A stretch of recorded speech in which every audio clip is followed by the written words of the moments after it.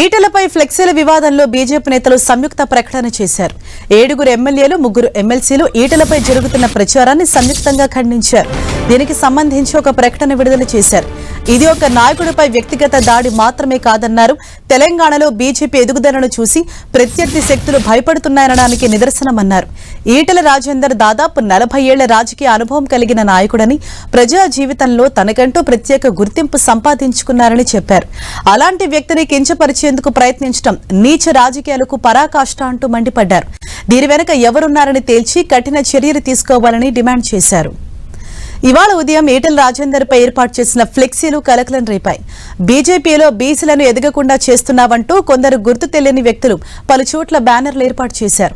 Bandi Sanjay, MP Arvind మధ్య ఈటల చిచ్చు పెడుతున్నాడని, బీజేపీలో బీసీలను ఎదగకుండా చేస్తున్నాడని కొందరు ఫ్లెక్సీలు ఏర్పాటు చేశారు. దీంతో ఇవి ఎవరు ఏర్పాటు చేశారనే దానిపై చర్చ జరుగుతోంది. బీజేపీలో ఉంటూనే బీఆర్ఎస్ తో ఎలా దోస్తీ కడతావంటూ నిలదీశారు.